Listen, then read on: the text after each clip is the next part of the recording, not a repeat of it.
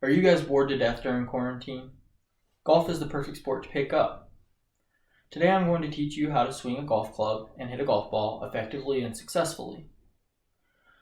According to the National Golfers Association, golf has made a huge increase in popularity during quarantine, 30% to be exact. According to the Washington Post, golf is the perfect sport to play during quarantine because you can still respect all social distancing rules and there's only 4 people to a group. I've played golf for 12 years competitively and my father is a PGA professional.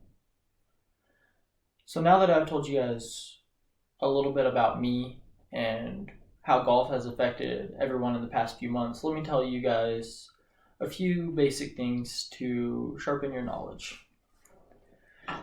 I'm going to tell you guys about your equipment, your technique of hitting the ball, and the technique for putting.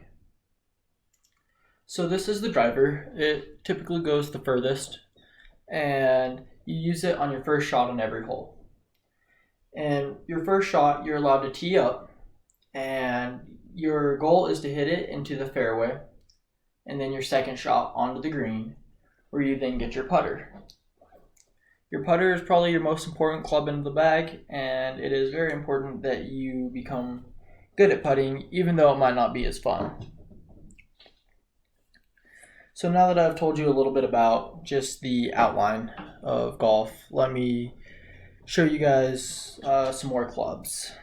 This is one of my woods, and if I'm not feeling confident with my driver, if it's going crooked or something like that, then I usually pull one of these out and hit it instead. It might go a little bit shorter, but ultimately it's a better option if I'm not hitting it straight.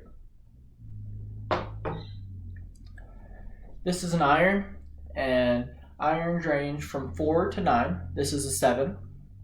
The lower the number, the further they go. My 4 iron goes about 220 yards. My 9 iron goes about 140 yards. So just depending on where you are hitting your next shot is what iron you will want to choose.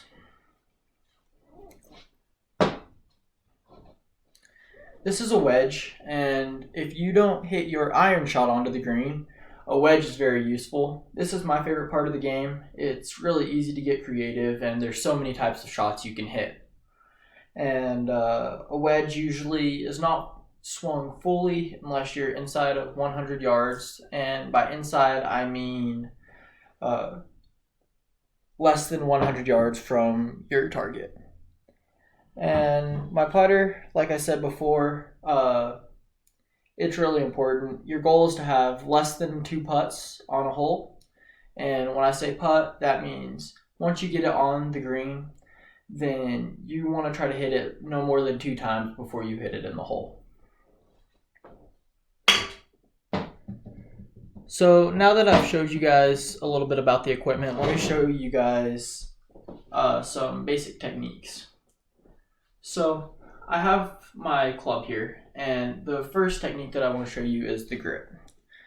And the grip is very important. I'm left-handed, so it's going to be the exact opposite of what I say. So for me, I have my left hand flat on the bottom of the club, of the grip rather. And this first one is called overlapping, and you put your thumb right here, and then you just close your left hand, and it's overlapping like this. Another technique for gripping is pretty similar. You get your palm flat, and then you get flat, and then you get your pointer finger on your right, it'd be on your guys' left hand, but on my right hand, and interlock it with my pinky finger. And that's how this looks. And although a grip isn't the most important part of the game, I've seen plenty of people be successful with just a baseball grip. If you want to be competitive, it's kind of a must. Now that I've talked about that, I want to address a few things on the swing and the setup. So the first thing you want to do is grip the club and then put it down right in front of you. Your feet, I know you guys can't see them, should be shoulder widths apart on most of your clubs. Your arms should be in a V shape like this. And then the goal is to have the club straight down the middle of your stance, kind of by your belly button. So, perfectly symmetrical. First, you want to take your club back, and your club about halfway back through the swing should be parallel to the ground. And then same thing on the downswing. It should be parallel to the ground. That was just a half swing, so let me show you guys full.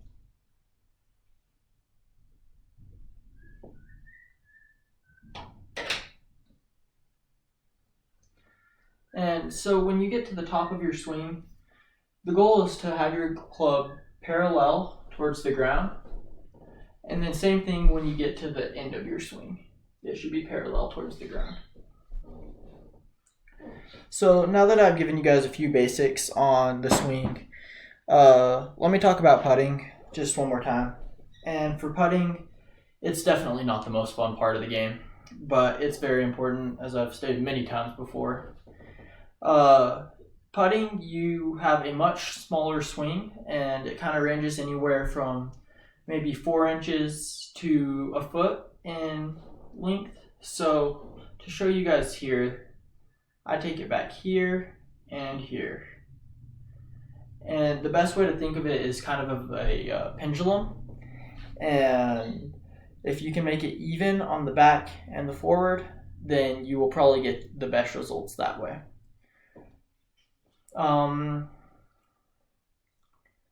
You guys aren't going to be able to hit it 300 yards on your first time out on the course. And if you can, props to you.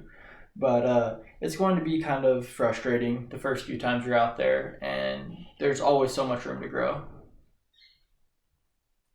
Today I've ventured into a sport that many of you guys aren't familiar about, and if you guys have any questions, you guys can just email me or something. And yeah, I really enjoy golf because it is a lifelong hobby that you can meet very many new people, and I've met so many new people that I can potentially connect with down the road for business opportunities. And I think it is really important to meet those people, and those people would love to have a chat about business over a round of golf. Like I said before, your first time out, you aren't going to be able to hit the club 300 or the ball 300 yards, but it's going to be fun to laugh at yourself and have your friends and family laugh with you. As the professional golfer Ben Hogan once said, "As you walk down the fairway of life, you must smell the roses, for you only get to play one round." And this is obviously a metaphor, but I really like this quote because it's kind of talking about not taking life for granted because you only have one chance at it. So if you guys have any questions, please let me know. Thank you.